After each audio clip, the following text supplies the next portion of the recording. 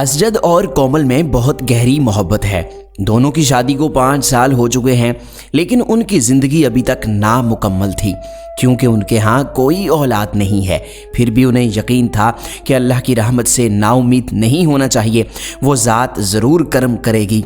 दोनों के माबैन इतनी मोहब्बत है कि वो एक दूसरे के बगैर नहीं रह सकते।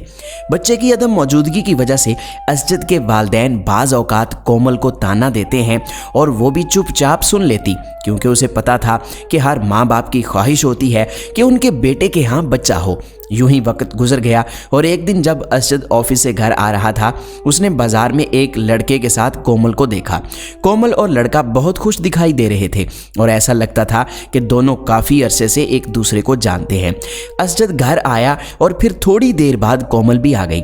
जैसे ही कोमल पहुंची, असजद ने उससे पूछा, कोमल कहाँ गई थी? कोमल ने हंसते हुए कहा, मैं बाजार में कुछ घरेलू सामान लेने गई थी। ये सुनकर असजद को थोड़ा सा गुस्सा आ गया, लेकिन उसने कोमल से कुछ नहीं कहा। इसके बाद असजद ने कोमल को एक ही लड़के के साथ मुतअद्दिद बार मुख्तलिफ जगहों पर देखा। एक दिन असजद ने देखा कि लड़का कोमल को घर छोड़ने आया है। कोमल उसके साथ बहुत खुश नजर आ रही थी। लड़का घर से निकला और फिर चला गया। असजद का दिल बहुत दुखी था, लेकिन कोमल के खोने के खौफ से उसने उससे कुछ नहीं कहा। एक दिन असजद घर बैठा था जब कोमल के मोबाइल फ़ोन की घंटी बजी।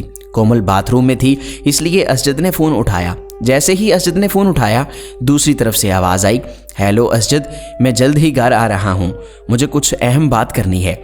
बस इतना कहकर उस शख्स ने फ़ोन मुनक़ते कर दिया। असजद ने सोचना शुरू किया कि इस शख्स को उसका नाम कैसे पता चला। असजद के जहन में बहुत सारे सवालात थे।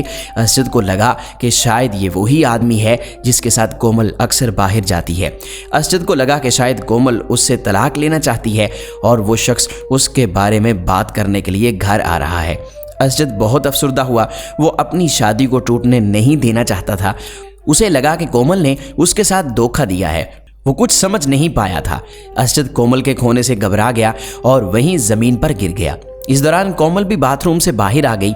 उसने असजद को उठाया और पूछा, तुम्हें क्या हो गया है? क्या आप ठीक हैं? असजद ने गुस्से से कोमल को धक्का दिया और वो गिर गई और उसका सर करीब ही रखी टेबल पर लगा। उसके सर पर चोट आई थी। कोमल कोई बात नहीं कर रही थी। उसने कांपती हुई कोमल को अपने बाजुओं में उठाया और देखा कि वो बहुत तकलीफ में है, जिसकी वजह से कोमल बेहोश हो गई।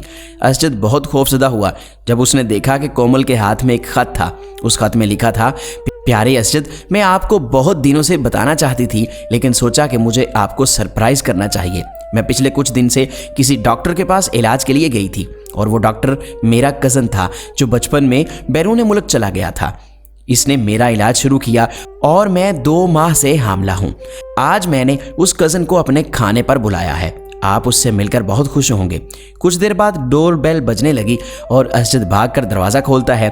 कोमल का कज़न वहाँ दरवाजे पर खड़ा हुआ है और वो कहता है, असजद, मैं साबिर हूँ, कोमल का भाई, आप कैसे हो? तभी उसकी निगाहें कोमल पर पड़ती हैं जो खून में लिपटी हुई ज़मीन पर पड़ी थी। साबिर कोमल को अस्पताल ले गया और वहाँ कोमल कोमा में चली गई। कोमल अपने बच्चे को भी खो देती है। असजद उससे माफ़ी मांगना चाहता है, लेकिन कोमल अभी भी कोमा में है। एक छोटी सी गलती से कोमल और असजद की ज़िंदगी इस मोड़ तक आ गई। ये कहानी हमें बहुत कुछ सिखाती है। हमें गहरे रिश्ते में किसी नतीजे पर पहुँचने से पहले अपने साथी से बात करनी चाहिए।